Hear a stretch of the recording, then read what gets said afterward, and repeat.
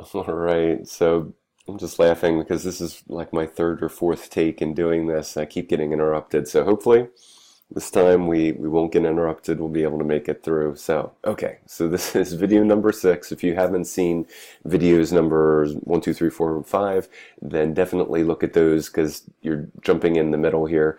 What we're covering just like in the previous videos, we're talking about the top things I wish that I knew before I started SFM, and the reason that's important to you is because when you embrace these things and kind of get your mindset all set up at the beginning, you can make better progress, or certainly better progress than I made in the initial months of getting started. So what I want to talk about here are the location-based things.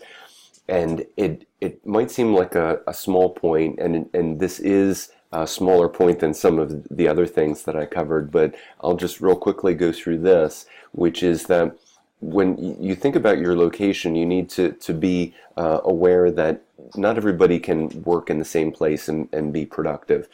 Like in my case, even when I think about when I started, I was working here in this little room at home.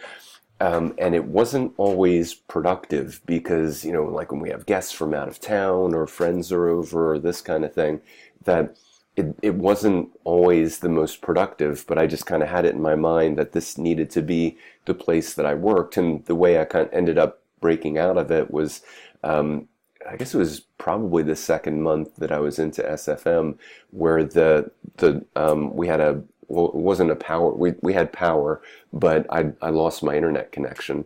So we have Comcast for our internet and the signal went down. So I had to go to Starbucks and I worked from Starbucks that day. And I was just amazingly productive that day. So I ended up working from Starbucks quite a bit after that.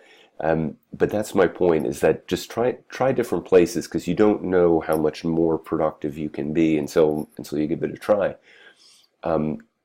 What I mean by the global or regional location is, from my perspective, it doesn't matter whether you're in India, Bangladesh, France, Germany, Canada, Alaska, Russia, wherever. As long as you have a good Wi-Fi signal, to me it's all equally good.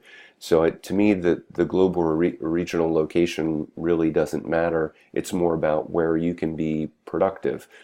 And like I noted here, one of the things that is a good thing about having a consistent space. Like again, I work here in this little room in my house, and what I find is that most of the time I can just get to work right away, so I don't have to pack everything up, get in my car, drive to Starbucks, and start to work. I can, so if I only have like a 45-minute window between appointments or something, then I can just sit right down, close the door, start working, and, so I can make the best use of the time.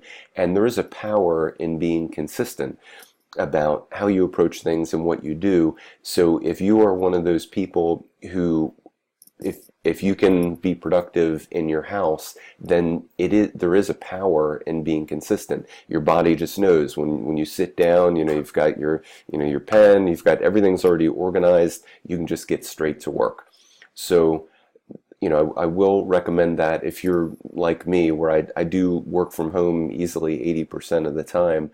So, I recommend it. The next thing is being flexible. So when there are things that happen in the house, like I said, when we have guests over, like over the Christmas holidays, when we had people here, I ended up working at Starbucks a lot because, I love when we have guests, but if I need to get things done, they don't mean to interrupt me, but it is they interrupt me. So it's hard to be as productive when you have guests and friends over. So I would say that it is smart to be flexible and to just break out every now and then when you have to go someplace else and do your work.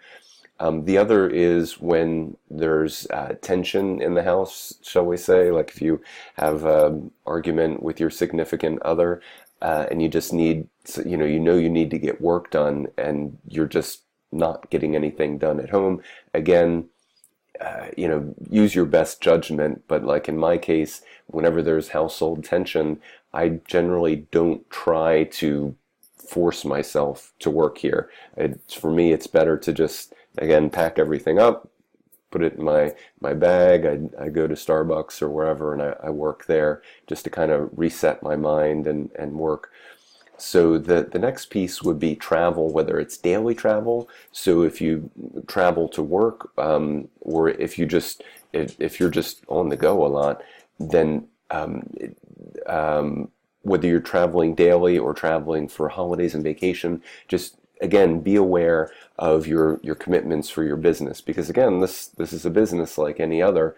So what I've learned is just I bring, like, this notebook computer that I'm talking to you through right now, I just bring it with me, because you never know when you're going to get a call from somebody and that you just need to get work done.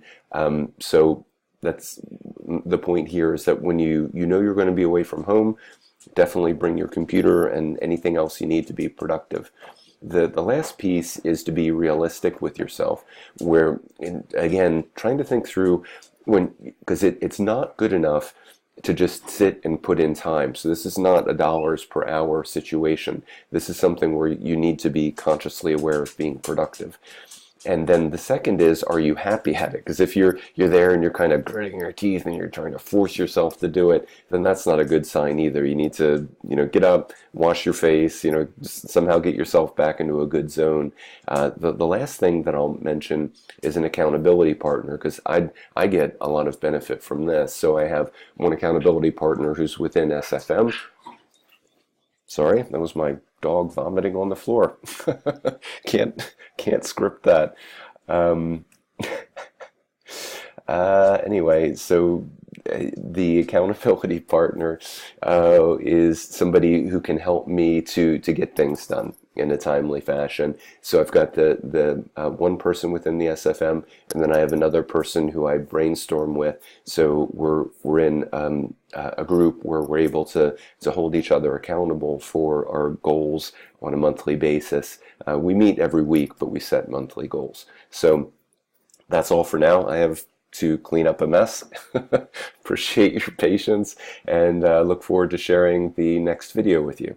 Have a great week.